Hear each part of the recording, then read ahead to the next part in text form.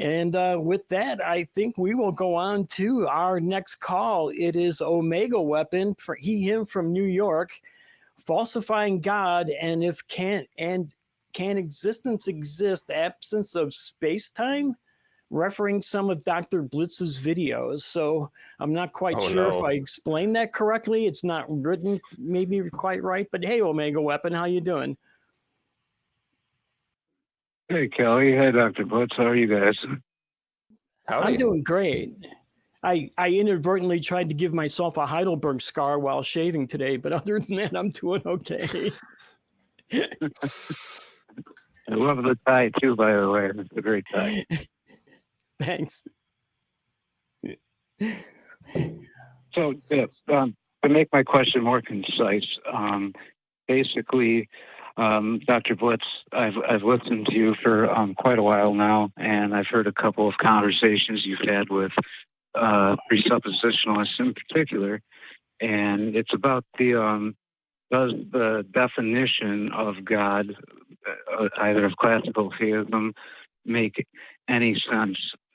Like, my position is, if any God is described as both space-time independent and the creator of it, it can't logically exist, because to even say something exists, if I'm not mistaken, means it has location in space-time or is space-time itself.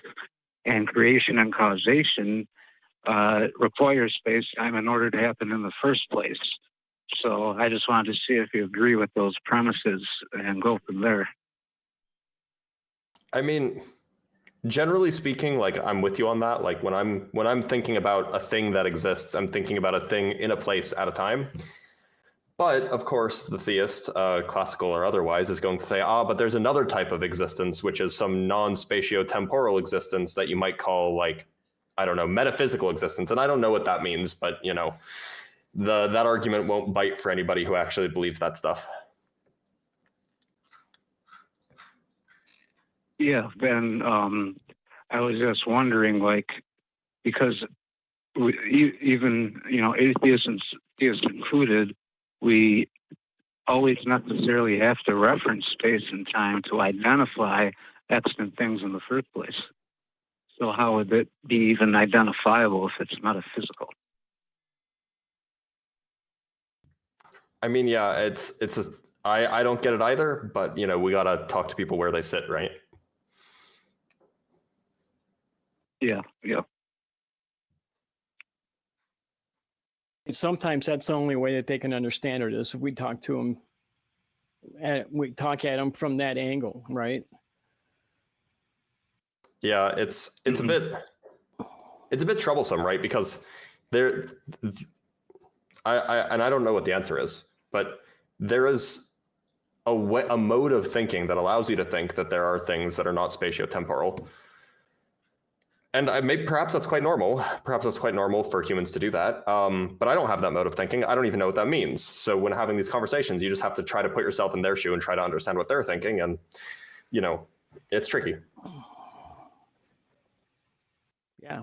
Yeah, and another question I had was in regards to a debate I had with a Darth Dawkins fanboy, and I know Dr. Blitz, you've encountered that type of stuff in the past, and basically telling me that because I said, how can time be created if creation is a prerequisite?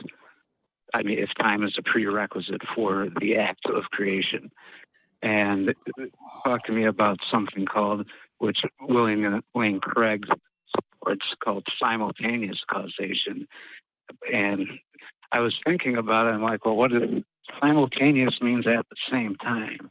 So how does it make sense for time to be created at the same time as itself? Or am I missing something there? Does that simultaneous causation, does that make any sense to you? No, but maybe, I mean, William Lane Craig he's not a slouch, so I'm sure that he has at least some sort of metaphysical language to try to explain what's actually going on there. Just the phrase simultaneous creation, it kind of, or causation, it kind of is an oxymoron, isn't it?